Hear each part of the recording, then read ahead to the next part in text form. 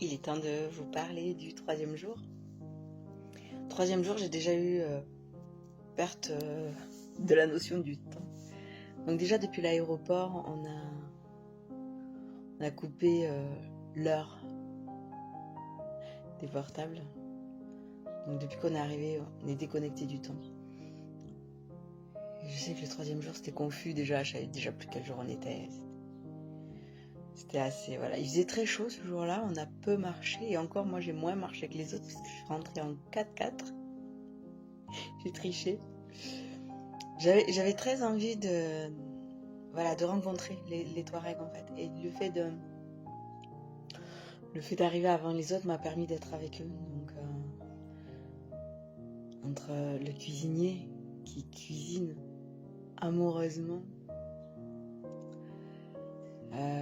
notre guide avec qui j'ai posé des questions et qui m'a répondu, mais d'une générosité incroyable.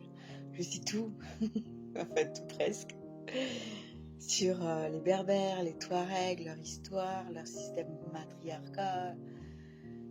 Il y avait une joie, c'est incroyable la joie intense. Déjà la joie dans le désert, mais la joie de ces rencontres, la joie d'être avec eux, de partager. C'est juste incroyable. Tout se fait dans une simplicité, c'est magique. Et j'ai envie de parler du chamelier aussi.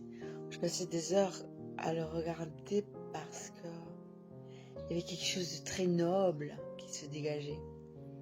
Donc la paix incroyable. Et la posture, il y a quelque chose de très noble. Et en même temps, des habits complètement usés, complètement... il se dégageait quelque chose de majestueux. J'avais l'impression qu'il ne touchait pas le sable.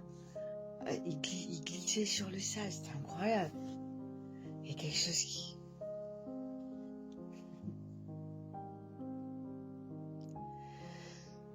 Ouais. Les Touaregs m'ont beaucoup touché. C'est un vrai plaisir de partager avec eux.